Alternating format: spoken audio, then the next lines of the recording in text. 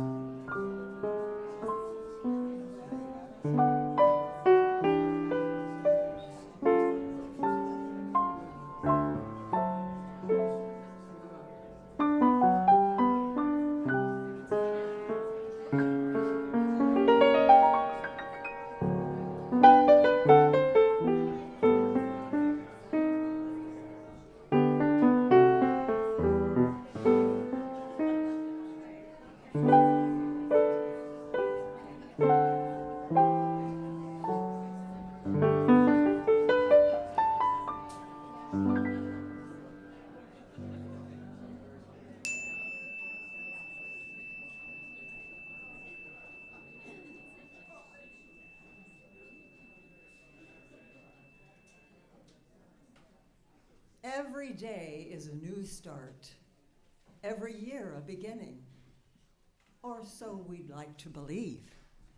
And we don't know, can't anticipate where we will go, what will happen, what delights await, what heartbreaks will tear us open. The paths, unexpected, that open before us. Even knowing that, we lean our lives in particular ways. We focus on particular moments, incline our attention to what is in our hearts and lives and hands to offer. We come here amidst the discoveries and delights, the worries and woes, to find a moment of connection, to pause on the journey in gratitude and sorrow. It is good to be together. You would join me in the chalice lighting words, please. We seek our place in the world and the answers to our heart's deep questions. As we seek, may our hearts be open to unexpected answers.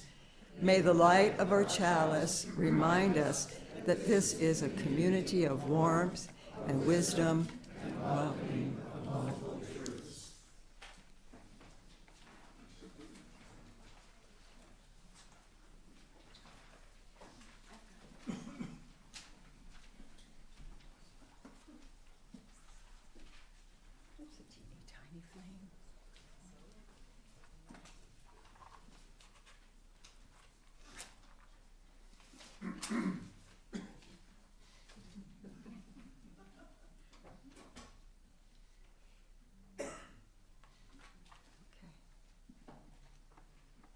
Good morning. Good morning. I'm Barbara Martin, your single celebrant of the day. Welcome all who seek renewal in a weary world. Welcome all who come with love and energy to share. Welcome to those who worry for the future. Welcome to each one who is grateful for today. Know that in this place you are not alone. And in community, we share our strength with one another, and we keep the flame of love burning bright. Know that in this place, responsibility is shared. Here, tradition holds us. Ancestors shine a light from the past, and here the young lift their bright faces and beckon us onward. Here, we can go on together. Welcome.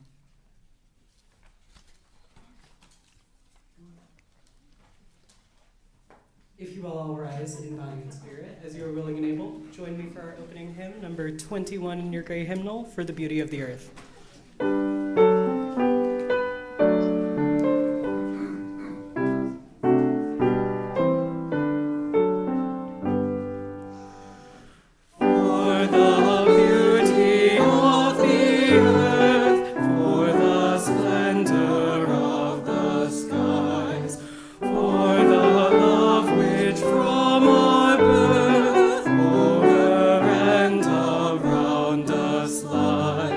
So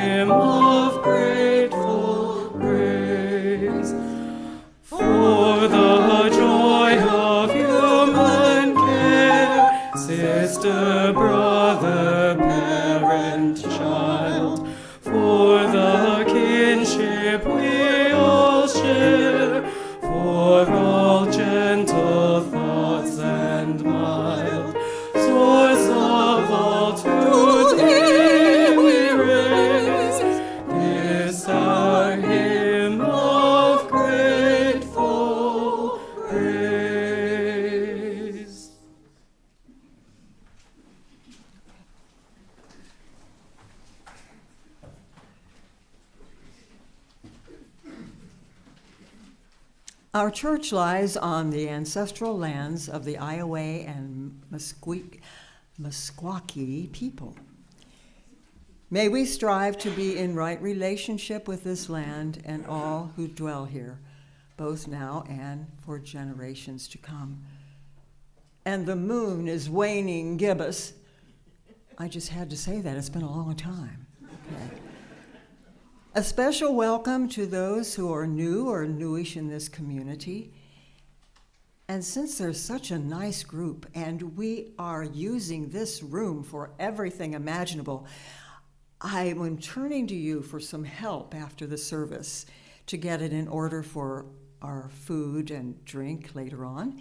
So we would like, let's see, starting by... I apologize. We don't need to do that anymore. We can keep the seats at don't need to do that anymore. Okay. I had this so well planned. Okay. Okay.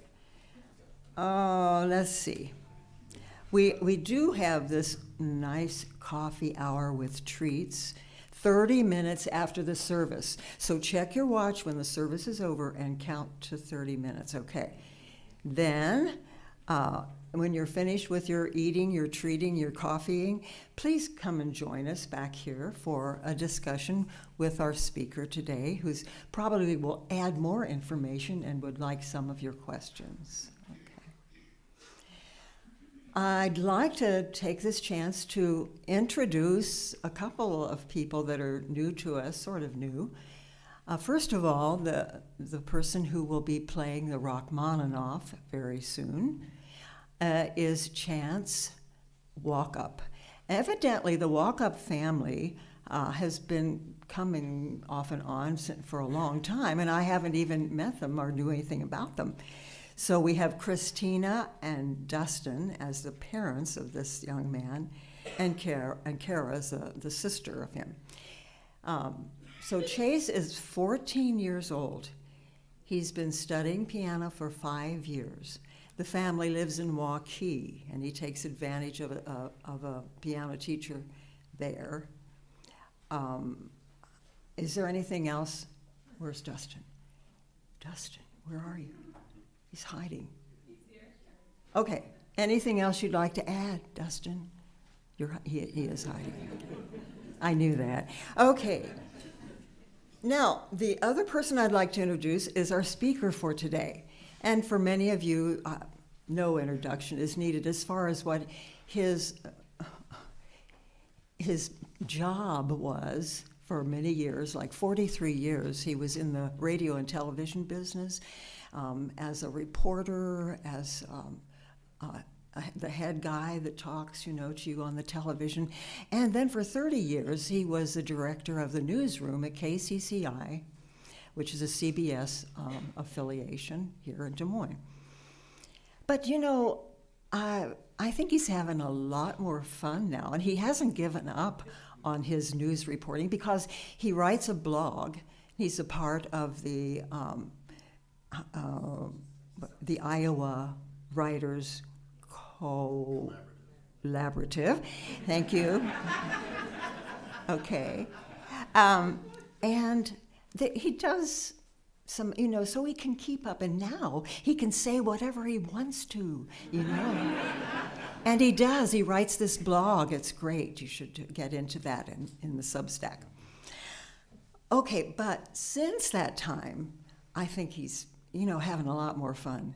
One thing that he has done since retirement is to contribute his time and voice to IRIS, which is the Iowa Radio Reading Service for the Print Impaired.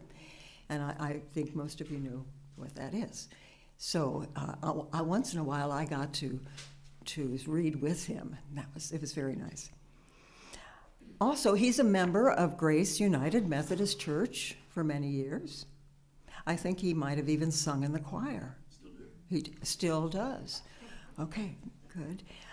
His big venture, I think, is into the free store, where he's been working also since retirement, driving the truck, driving the furniture from the place to the place, to the place. He's still driving the truck, even though he is now president of the board of the Free Store. Okay, let's see, what other could I dig up here? But, you know, I think the most delightful thing in the last 3 years, Dave has become a grandfather to Louisa, who's 3, and Lionel, who's about 4 months old. Okay. So it makes me happy. Okay. And they live in Oakland, which of course is taking Laura and Dave away from us as many times as they can possibly schedule it. Okay.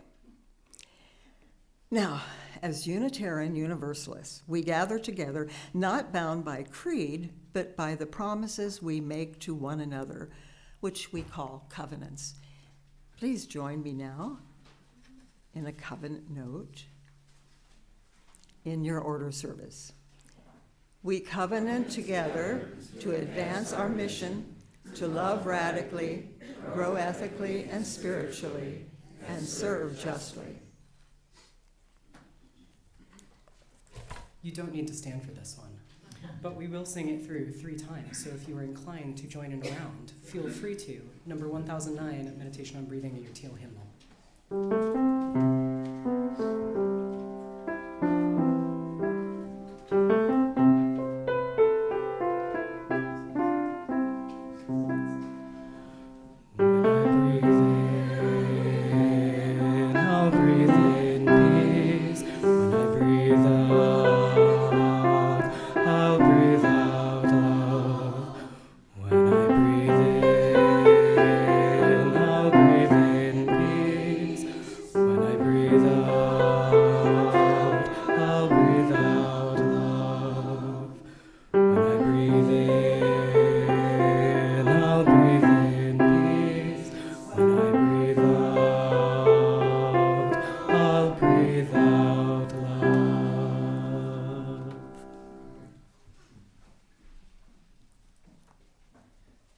And now we invite Chase.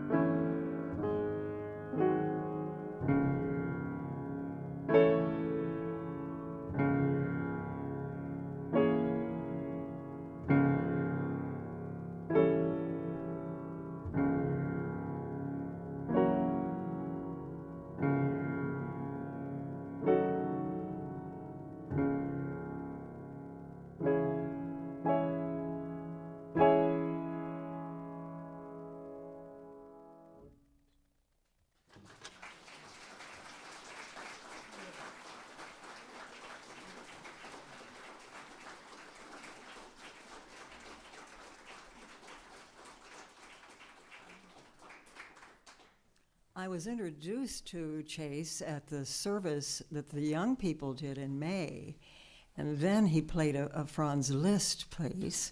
So he's really taking on some challenging works. So, thank you. Okay.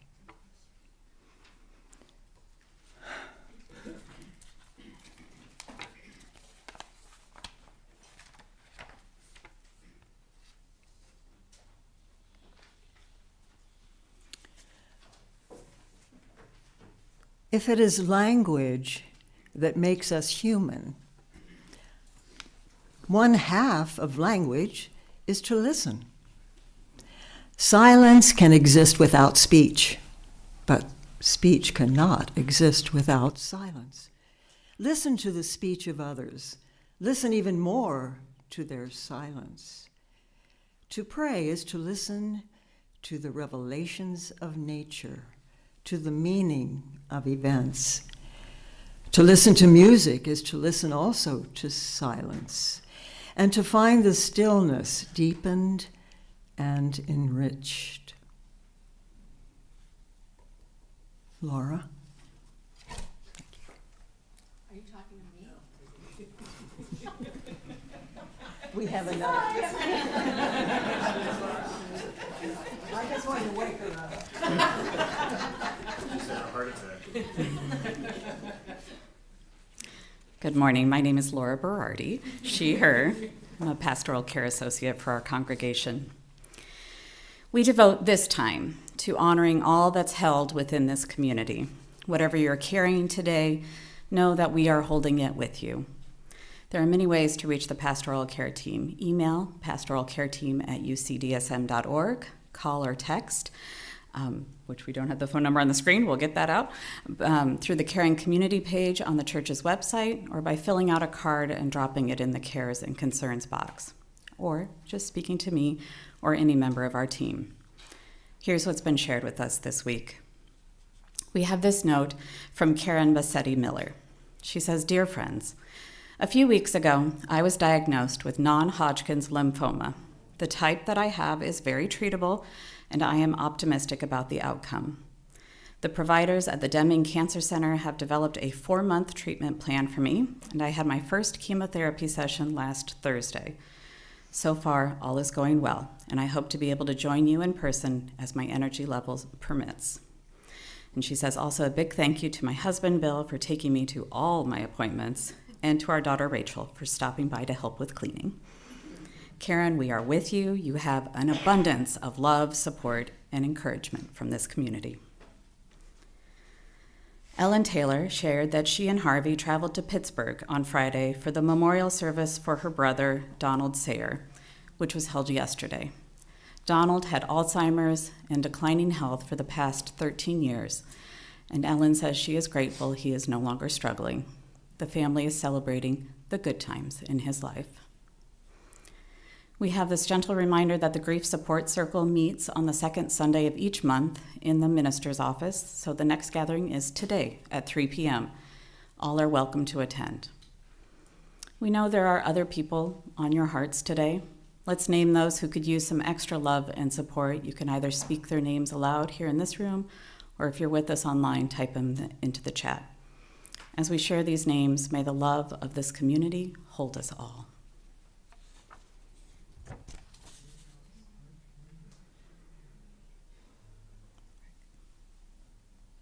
We now light 3 candles. One for the joys and sorrows shared aloud, one for those shared in writing, and one for those held silently among us. For all of these, we now observe a minute of silence.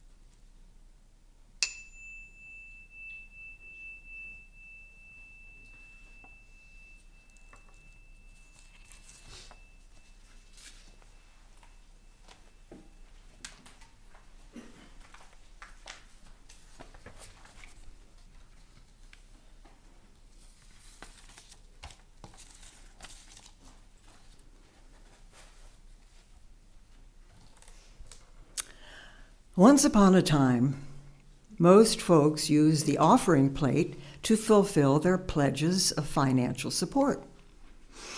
Nowadays, lots of folks click on their church websites or they set up automatic transfers from their checking accounts. Some do still write monthly checks along with their other bills. But passing the offering plate is not just a practical exercise. It has always been a ritual. Even if your pledge is paid up and it's worthwhile for you to bring even just $1 to drop into the plate as a ritual reminder of that form of love that we call generosity. So let it be a reminder that after meeting our obligations to ourselves and our households and the communities on which we belong and are committed, we must still keep our capacity to give. The practice of giving, until it is second nature and first response, helps bring forth the realm of love. I also would like to read a card of gratitude. To the AV team and leaders Bill Paxson and Rob Malcolmson, what you do for our in-person and online YouTube services is much appreciated. You are highly trained, amazing, flexible, and IT savvy. Thank you for your support of our beautiful church services at First Unitarian. Submitted by Lynn George. Okay.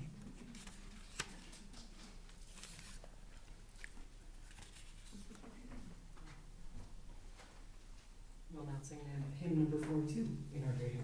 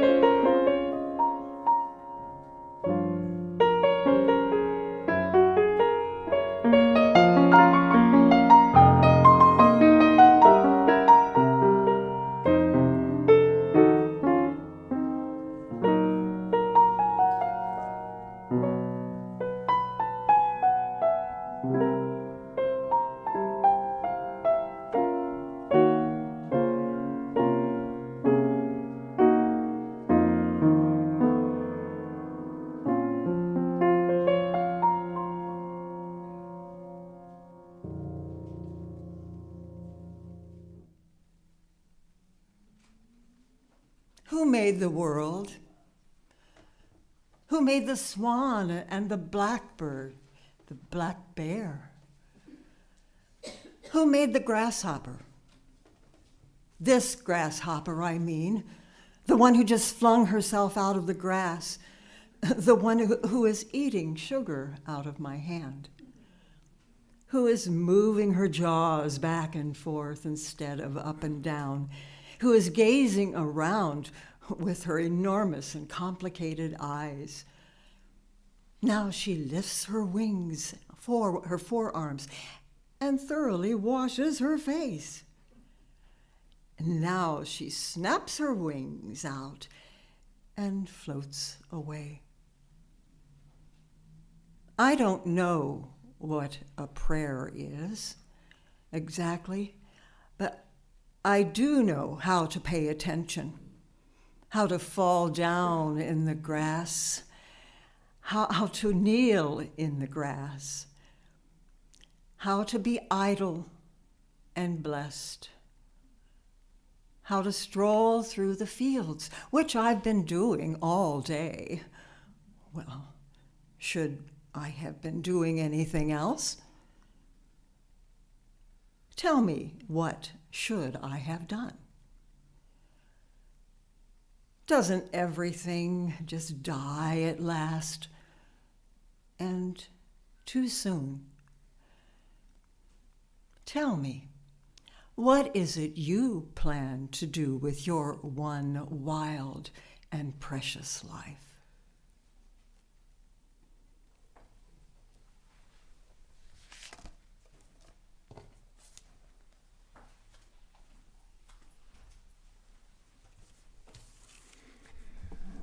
Thank you for allowing United Methodists to invade your service here this morning.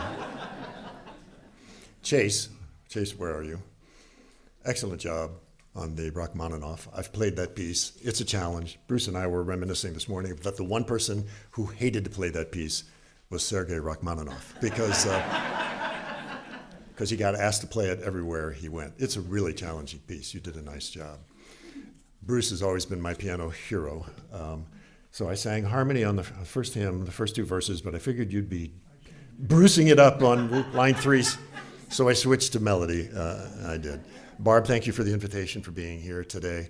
When Barb and I read at Iris, we're in separate studios, facing each other, but separated by a pane of glass.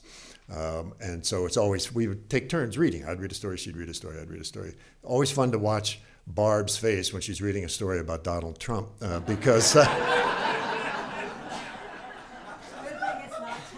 it would never come through in her voice, right? It's a good thing it's not television, but, doing this.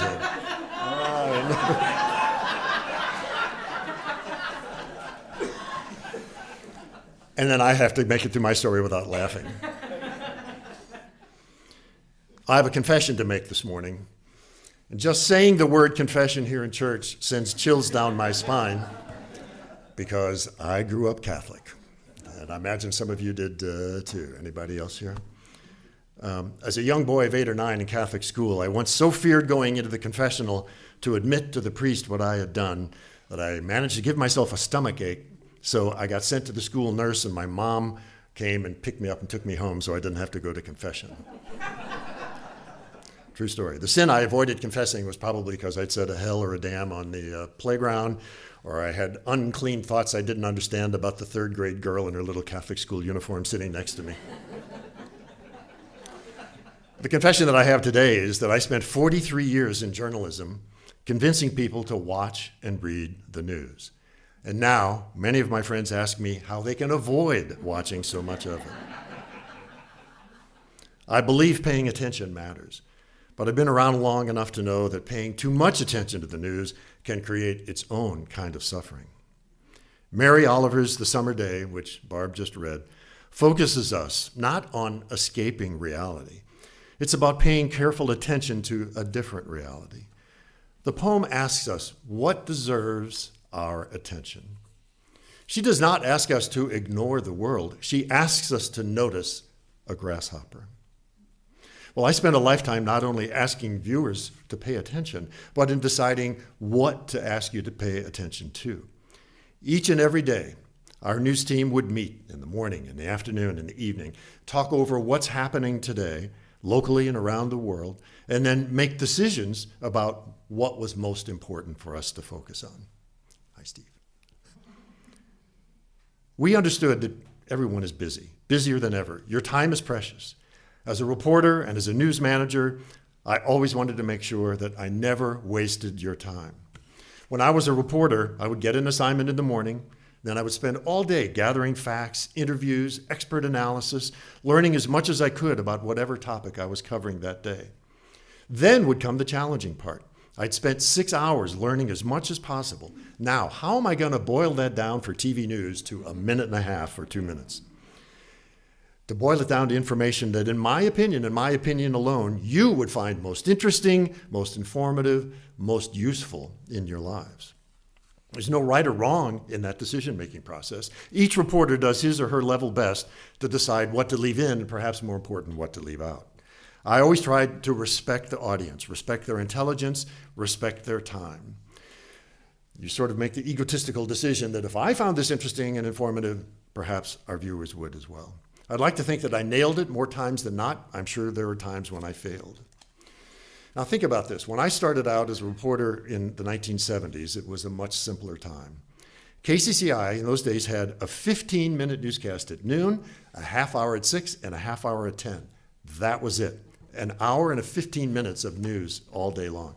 Now, KCCI has news from 4:30 in the morning to 7, a half hour at noon, an hour at 4, a half hour at 5, half hour at 6, an hour at 9 on KDSM, and another half hour at 10 on KCCI. Now, 6.5 hours a day. And I'm mostly at fault for all of that because I oversaw all of that expansion. Back then, the Des Moines Register landed on your front porch, or in our case, in the bushes or on the roof. You got up, you read through the newspaper in 15 or 20 minutes, and then you went off to school or work.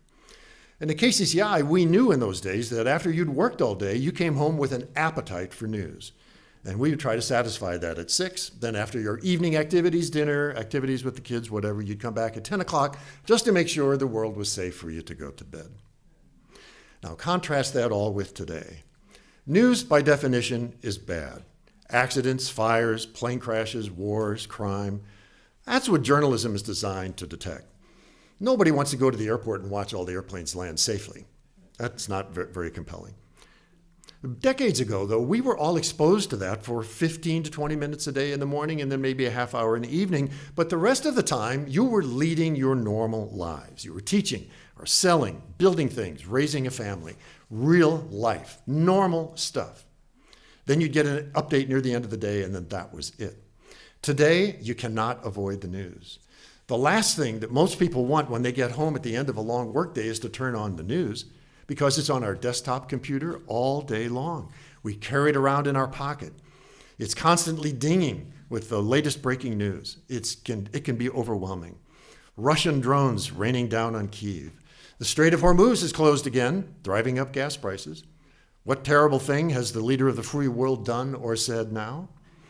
Will he steal the midterms?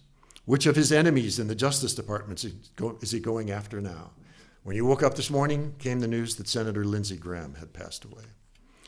Our nervous systems evolved to respond to immediate threats, not endless reports of distant ones. So we're all asking the same questions that Mary Oliver asks in A Summer Day. What is urgent? What is true? What is worthy of my attention? Being informed today can feel overwhelming and depressing. We all know many people who have simply unplugged and walked away because they can't handle it anymore. While I understand that, I also know that there's a difference between monitoring the news and doom scrolling, between civic responsibility and compulsive consumption. It's incumbent on all of us to be well-informed. Democracy demands a well-informed citizenry. But the facts are disturbing about the number of Americans who simply are no longer paying attention. I wrote a column in April about the latest research showing that Americans who say they pay close attention to local news has fallen from, in 2016, it was at 37%, which is not great, to now a mere 21% at the end of last year. From 37% to 21% who say they pay close attention to local news. This study is by Pew Research, and it shows that fewer than 1 in 4 Americans are closely following what's happening in their communities. Now that raises an obvious question in your mind. How are people making informed decisions about local elections, public spending, or the leaders who shape their daily lives? When Pew asked Americans where they prefer to get their news, Television comes out on top with 34% saying that's their preferred source when they want to know what's going on. And that's not so great. That's a drop from 41% back in 2018. And Americans are definitely not happy about the decline in quality of their local newspapers, their local print newspapers. Only 8% say they prefer a print newspaper. At this point, I usually ask for a show of hands. Who's still getting a print edition of the Des Moines Register? I would ask you why. Because it's expensive and it's badly out of date, and we can talk about that maybe after the service about why that's happening. Newspapers have largely given up on the print edition due to the early deadlines that they have that make the product that lands on your front porch outdated by the time it gets there. We've all learned about the financial struggles journalism faces with ad revenue splitting off to the internet, the closing of those brick and mortar stores which used to provide so much advertising for the Register and for KCCI. Dolls doesn't exist, Sears is gone, Yonkers is gone. And of course that meant journalism jobs had to be slashed. According to a different Pew Research study, newspaper newsroom jobs were cut in half between 2008 and 2020, from 71,000 down to 31,000, and it's only gone down since 2020. Another study showed that as recently as 2002, there were an average of 40 local journalists for every 100,000 Americans. 40 journalists for 100,000 Americans. Any guesses what that number is down to today? 8.2 local journalists per 100,000 Americans. There are some 3,000 counties in America, and a third of them, 1,000, have fewer than one journalist. So that's living in a news desert, and it's dangerous. But the same Pew research shows a surprising disconnect by Americans, 57% of whom think that their local news outlets are doing well or somewhat well financially. Breaking news, they are not. About 40% recognize that the industry is struggling, but that still leaves most people unaware of how fragile journalism has become. And that misunderstanding shows up in behavior. A staggering 88% of Americans say they haven't paid anything for local news in the past year. And this is a key point I hope you'll take away. I've thrown a few numbers at you, but remember this one. 88% of Americans haven't paid anything for local news in the past year. When asked why, about half of them said it's because they can find news somewhere else for free. You know what that means? Probably Facebook. What could possibly go wrong? A third of those folks say they simply aren't interested enough to pay for it. And about 10% say it's too expensive. So we have a conundrum. Some Americans are so overwhelmed that they're going into a defensive crouch and largely ignoring what's happening in the world around them and in their local communities. While others of us consume so much and are so concerned about events going on that we can't seem to tear ourselves away, causing unhealthy amounts of anxiety. One pendulum has swung this way, the other one has swung this way. Let me suggest that it would be better to try to swing both of those back toward the middle. For those who are ignoring the news, I'd say pay closer attention. Part of the strategy that many politicians employ today is to so thoroughly disgust us that we turn away, we avert our eyes. And what does that do? That gives politicians free rein to do what they want because we're not watching. I would also advise those avoiders to invest a little bit more of their attention, precious resource, but also their money into news operations that they trust. The biggest expense for all newsrooms is salary for reporters and producers and photographers and editors. We need those folks out on the street, knocking on doors, asking questions, being pesky, generating original content. Because once strong journalism organizations are gone, they're just not coming back. You may not need them every hour of every day, but during a crisis, you want those reporters there. And once they're gone, they are gone. Now for the other side of the pendulum, those of us who spend way too much of our attention consuming news. Here's a few pieces of advice to stay informed, not overwhelmed. Try to limit your news consumption. Check in 2 or 3 times a day. Otherwise, go live your life. Sometimes stepping away from the news isn't avoidance. I like to think of it as maintenance. We replenish so we can come back, not beaten down, but mentally balanced. In other words, live to fight another day. Find a news source or two that you trust and rely on them. Do not depend on social media to scan the headlines and throw the scariest ones at you while you scroll through. They're designed to get you to engage in some way, to click, to share, to react. It's called clickbait. Don't do it. Number 3, avoid speculative stories. Stories that say what might happen or could happen usually serve only to raise my level of anxiety.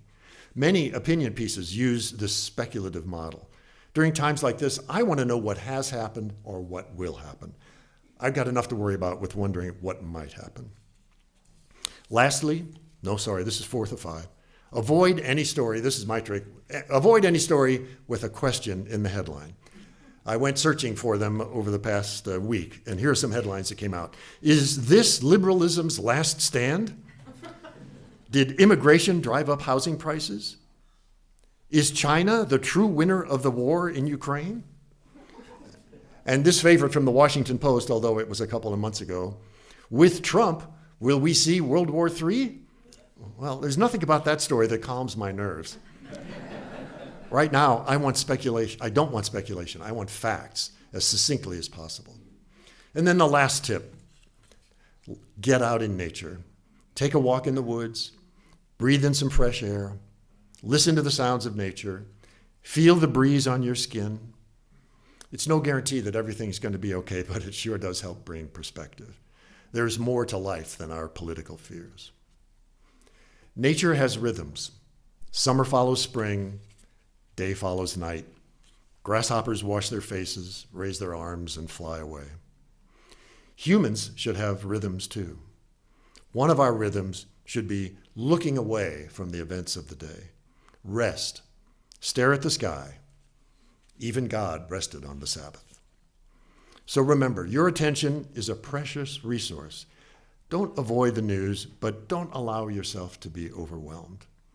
Think of it this way. Awareness leads to action. Anxiety leads to paralysis. Mary Oliver asks, what else should I have done? Well, try these 3 things. Learn one important thing about the world every single day.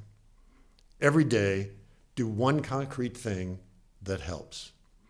And third, notice one beautiful thing. My wife, Laura, far wiser than I, lives by the mantra that no one can do everything, but everyone can do something to help make this a better place to live. So Mary Oliver and Barb asked, what is it you plan to do with your one wild and precious life? One thing we can all do is carefully choose what receives our attention.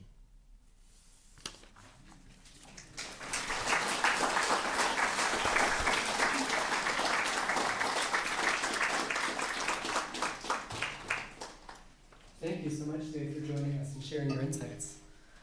Please rise in body and spirit as you are willing and able for our closing hymn number 350, The Ceaseless Flow of Endless Time. We'll sing all 3 verses.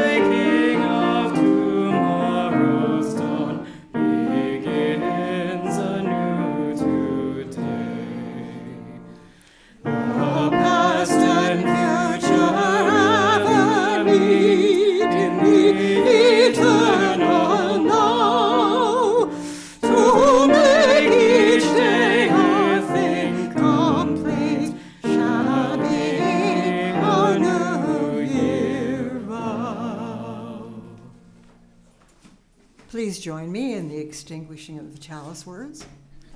We extinguish this flame, but not our focus. We quench this candle, but not our guests, to observe this splendid world, to witness each other. These we continue all the moments of our lives.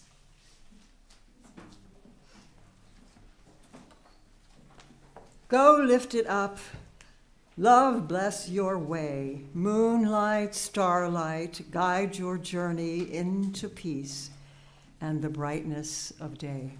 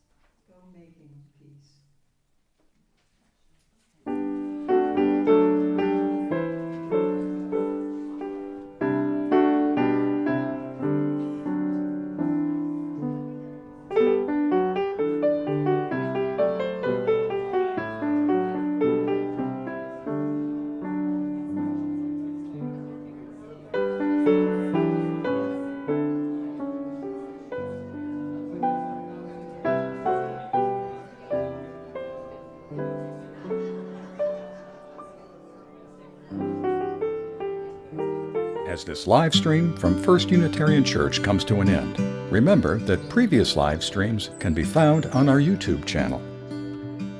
We'd love to see you in person someday. Until then, thanks for joining us.